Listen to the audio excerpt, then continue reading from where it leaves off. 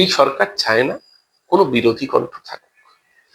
যদি পার্লামেন্ট অধিবেশন না থাকতো তাহলে আন্দোলন চলতো, সোনম বেঁচে থাকলো কি মরে গেল সরকারে কিচ্ছু যাবে আসবে না। মারা যাওয়ার পর একটা 2 লাইনের টুইট আসছে। নিজেদের ফেস সেভ করার জন্য এই কার্যকলাপ দিল্লি পুলিশকে নামানো হয়েছে আন্দোলনকে ছত্রভঙ্গ করতে। তো এদের কাছ থেকে কোনো হিউম্যানিটি সলিডারিটি আশা করার বাতুলতা। সোনম ওয়াংচুকের যদি এতই ক্ষমতা থাকে যে এক হাতে তার ডোনাল্ড ট্রাম্প রয়েছে আর এক হাতে চীন রয়েছে, তাহলে সোনম ওয়াংচুক তো সবচেয়ে বড় রাষ্ট্রনায়ক। তাহলে মোদিজির এখনই ক্ষমতা ছেড়ে দেওয়া উচিত। আসলে এই সরকার প্রতিবাদকে ভয় পাচ্ছে, এই অন্ধভক্তরা এই আন্দোলনকে ভয় পাচ্ছে।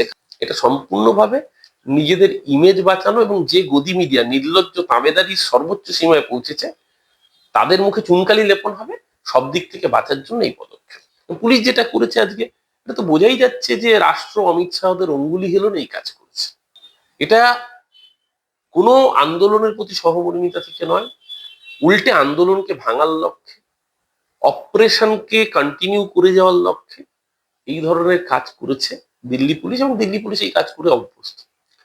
সরকার উদাসীন নয়, সরকার is very much well aware of, নইলে আজকে এই ঘটনাটা ঘটতো না। সরকার কি সোনম ওয়াংচুককে ভালোবেসে সোনমের জন্য তার শরীরের কথা ভেবে উদ্বিগ্ন হয়ে এই কাজ করেছে? না, সরকার নিজের ইমেজের জন্য এই কাজ করেছে। কারণ সোনমের শরীরে যে প্যারামিটার গুলো সেগুলো এমন ভাবে ড্রপ করছে, ফল করছে, যে কোনো মুহূর্তে খারাপ কিছু হয়ে যেতে পারে। সরকার এটা নিয়ে চিন্তিত নয়। সোনমের যদি একটা খারাপ কিছু হয়ে যাবে, নরেন্দ্র মোদী একটা টুইট করবেন 3 লাইনে, ঠিক যেভাবে এর আগে প্রফেসর জিডি আগারওয়ালের সময় টুইট করেছিল। 111 দিন অনশন এবং আন্দোলন করার পরে যখন মৃত্যু হয়েছিল পরিবেশ কর্মী প্রফেসর জিডি আগারওয়াল, যিনি গঙ্গা বাঁচানোর আন্দোলন করছিলেন, সরকার একবার কথা বলতে যায়। মৃত্যুর পর মোদীজি 3 লাইনের টুইট করেছিলেন। এখানেও তাই, এখানে খেলাটা বদলে গেল তারিখের জন্য। আজকে 18 তারিখ শনিবার, আগামী পরশুদিন 20 তারিখ পার্লামেন্ট অধিবেশন শুরু হচ্ছে, বাদল অধিবেশন। এবং সেদিনকে আন্দোলনকারী মঞ্চ, ককরোচ জনতা পার্টি এবং সোনমের ফলোয়াররা তারা আবেদন করেছেন যে তারা সংসদ অভিযান করবেন। যে গদি মিডিয়া এতদিন খবরটাকে চেপে রেখেছিল, শুধুমাত্র ইউটিউব আর ফেসবুকের মাধ্যমে মানুষের কাছে আন্দোলন পৌঁছে গিয়েছে। সেদিনকে যদি পার্লামেন্ট অভিযান হয় তাহলে তো আন্তর্জাতিক মিডিয়া থাকবে, সেখানে বিবিসি থাকবে, সিএনএন থাকবে, সারা পৃথিবীর মিডিয়া থাকবে, ফক্স নিউজ থাকবে। আন্তর্জাতিক মহলে বিড়ম্বনা হবে, মুখে চুনকালি পড়বে। 56 ইঞ্চি এমনিতেই 56 ইঞ্চি আর নেই, 26 ইঞ্চি হয়ে গিয়েছে, সেটা বেআব্রু হয়ে যাবে। তাই নিজেদের ফেস সেভিং এর জন্য এই ধরনের কীর্তি বলেই আমার অনুমান। এটা সোনমের প্রতি কোনো ভালোবাসা থেকে নয়, এটা সম্পূর্ণভাবে নিজেদের ইমেজ বাঁচানো এবং যে গদি মিডিয়া নির্লজ্জ তাবেদারির সর্বোচ্চ সীমায় পৌঁছেছে তাদের মুখে চুনকালি লেপন হবে, সব দিক থেকে বাঁচার জন্য এই পদক্ষেপ। সহমর্মিতা দেখাবে কেন? পুলিশ রাষ্ট্রের হয়, রাষ্ট্র যদি সহমর্মিতা দেখায় তখন দেখবেন পুলিশই তাকে গিয়ে গ্লুকোজ আর ওআরএস খাওয়াচ্ছে। যেই পুলিশ সেখানে একটা ত্রিপল লাগাতে দেয়নি, ওই গরমে সোনমের অনশনে একটা ত্রিপল লাগাতে দেয়নি, ভিডিও ভাইরাল হয়েছে, আপনারা দেখেছেন। একটা ত্রিপল লাগালে নাকি আইন শৃঙ্খলা, ল অ্যান্ড অর্ডার ব্রেক হয়ে যাবে।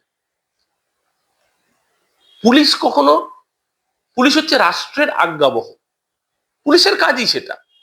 পুলিশকে রাষ্ট্র বলেছে ভাই এখানে তোমাকে দমন পীড়ন করতে হবে, কঠোর হতে হবে, পুলিশ সেই কাজ করেছে। পুলিশ কি করবে? সে মাস গেলে মায়না পায়, তার চাকরি আছে।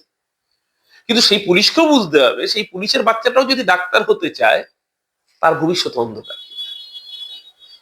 তার জন্য পুলিশেরও একটা অংশ, তারাও কিন্তু পেছন থেকে আন্দোলনকে সহমর্মিতা জানিয়েছিলেন, কিন্তু প্রকাশ্যে করতে পারবেন না, কারণ পুলিশকে রাষ্ট্রযন্ত্রের কাজ করতে হয়, স্টেট অ্যাপারেটাস।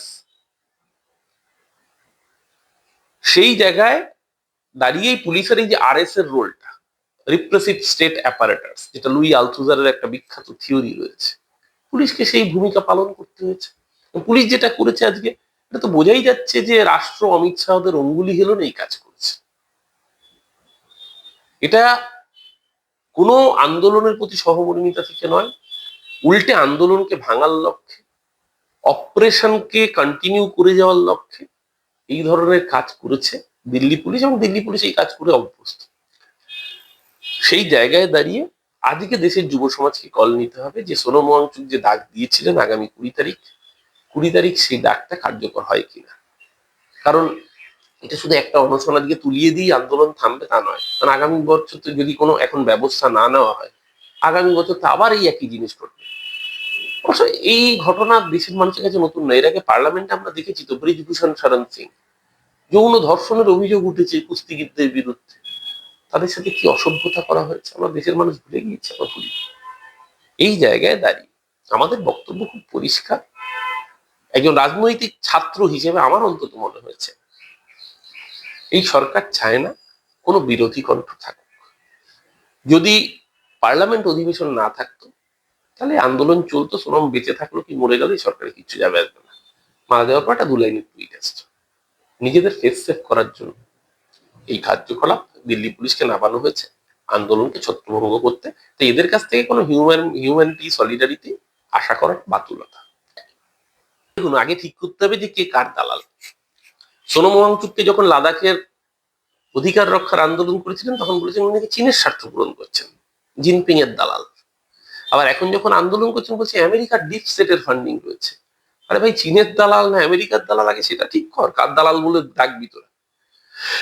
আর সোনম ওয়াংচুকের যদি এতই ক্ষমতা থাকে যে এক হাতে তার ডোনাল্ড ট্রাম্প রয়েছে আর এক হাতে চীন রয়েছে, তাহলে সোনম ওয়াংচুক তো সবচেয়ে বড় রাষ্ট্রনায়ক।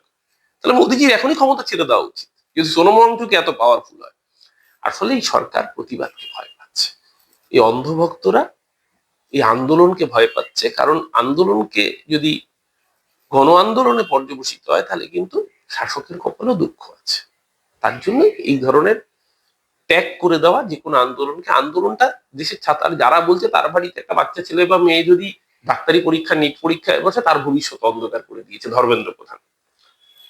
সরকার যেমন ভালো কাজ করলে ভালোকে ভালো বলতে হয়, তেমনি সরকারে ভুল থাকলে ভুল বলা যাবে না। মানে একনায়কতন্ত্র চলছে, সেই দিকে নিয়ে যাওয়ার চেষ্টা করা হচ্ছে, সংবিধান বদলানোর চেষ্টা করা হচ্ছে। ভারতবর্ষের মানুষ চিরকাল শিক্ষা দিয়ে এসছে, যুগে যুগে শিক্ষা দিয়ে এসছে, দেশে গণতন্ত্র সবসময় শেষ কথা।